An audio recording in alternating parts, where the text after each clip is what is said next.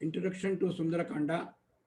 I was just browsing through the net. I got a good write-up by Dr. Hareshwar Roy, a professor of English at Government PG College, Satna, Madhya Pradesh. Of course, he's author of many books. This was posted long back in 2008 or something. Based on that, I'm giving this brief introduction. In Sanskrit literature, Maharishi Valmiki is celebrated as the first poet, Adi Kavi. His reputation as the father of Indian poetry is really legendary. He composed the Ramayana, an ancient Sanskrit epic, which deals with Rama. Ramayana actually means Rama Ayana, the journey of Ram. So it tells the story of Ram, who is believed to be an incarnation of Lord Mahavishnu. Basically, this explores, apart from the story part, it explores the tenets, the principles of human existence and the concept of dharma. Along with Mahabharata, the other great epic, these lay down what is dharma for India for all times to come. Ramayana, in particular, deals with is a role model. It is given of an ideal servant, that is Hanuman, the ideal brother Lakshmana, the ideal wife Sita, and ideal king Lord Rama himself. Now, Valmiki Ramayana is one of the most remarkable classics, and its appeal cuts across all barriers of religion, even country, or international boundaries. It is full of lessons for one and all, and it deserves to be read with interest, and it will certainly enliven and give a lot of benefit and profit for all lovers of healthy literature. Ramayana is noted for its poetic excellence. It is equal in rank to the Vedas. It contains the teaching of the ancient Hindu sages and presents them through allegory, through stories, in a narrative form, interspersing with the philosophical and the devotional aspects of the great Sanatana Dharma.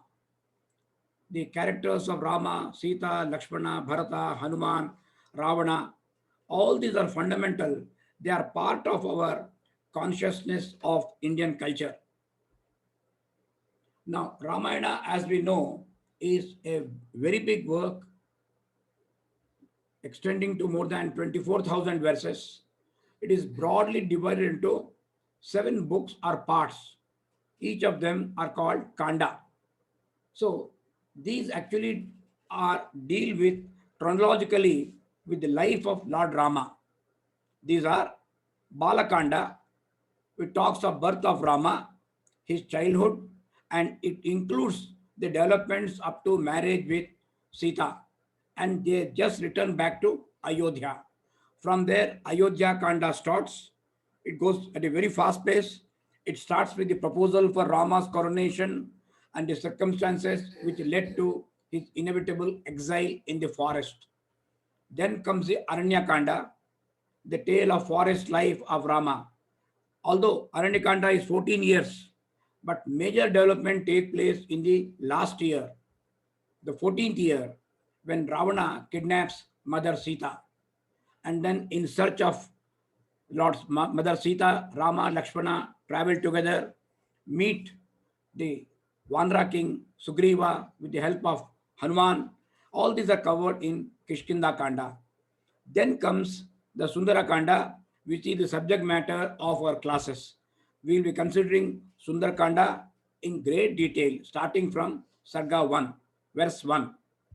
Then comes after Mother Sita is discovered and information is given to Rama and Sugriva's Vanra army, they proceed towards Lanka and a great battle takes place, which is described in great detail in Yuddhakanda.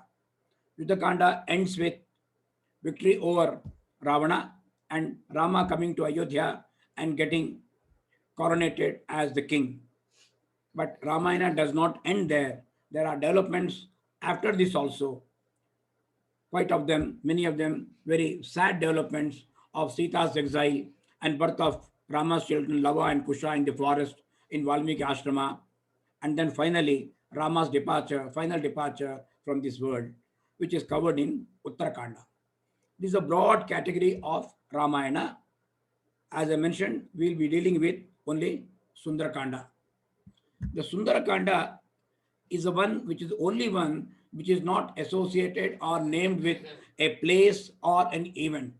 It is simply called Sundarakanda, beautiful Kanda, because Ayodhya Kanda, sadness begins. The sadness increases because of kidnapping of Sita. It becomes worse in Kishkinda Kanda because Rama's entire time is spent in searching. But once Sundarkanda starts, everything beautiful seems to happen. Rama comes to know about Sita, and Sita got the news from Rama. Vibhishana gets an assurance from Hanumanji. Sugriva was happy because the promise he has given to Rama has been fulfilled. And the monkeys were extremely happy because only because Hanuman came back with the good news that Sita has been discovered, their life has been saved. Otherwise, they had made up their mind to commit mass suicide called Prayopavesha and end their life. Thus, everyone concerned with the characters concerned in this particular portion, everybody becomes happy. It is absolutely beautiful things happen in Sundarkanda.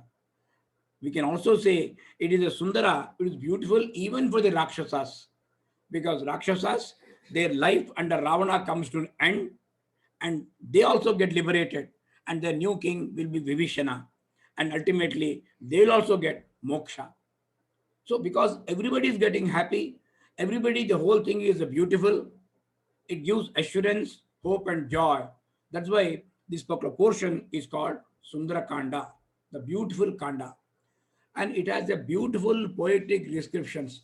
Actually, Sage Valmiki excels himself in description, poetic beauty, whatever it is, whether Valmiki is dealing with describing Sri Lanka or Pushpakumana or the Ashokavana, what is called Pramadavana or Madhuvana, which is near Kishkinda, then whether he is talking of Hanuman, Sita, Rama, even Ravana for that matter, or even the moonrise, the poet, the Swami, Sage Valmiki goes into poetic rapture and extreme beautiful poetry we'll see in all these places. And the most beautiful person in Sundarakanda is Hanuman himself. Actually, Hanuman has one more name. It is called Sundara. So Sundarakanda, perhaps we can say it is named after Hanumanji itself. So in the Dhyana slokas, which we are going to recite every time before the class commences, is mainly about Hanuman, of course, beginning with Rama and ending with Rama, because Hanuman has no existence other than apart from Rama. He is part and parcel of Rama. He considers himself to be a mere reflection of Lord Rama, one of the most beautiful and handsome persons we can come across. Now, the real beauty of Sundarakanda lies in what we call revelation of the spiritual truth and the path of successful life. The Sundarakanda is considered to be auspicious to read. Legends say by reading Sundarakanda, one attains fame and wealth. It helps human beings, especially in Kali Yuga, to overcome all the problems. Sundarakanda is a gold mine from where we can draw powers to support oneself in all worldly situations. Reading or hearing the story is said to be a panacea, the complete solution for all our ills and all our problems. Although I use the word conclusion, the introduction of Sundarakanda is very long. I will give in four parts. One part I have given today. The second, third, and fourth parts will cover in the subsequent classes.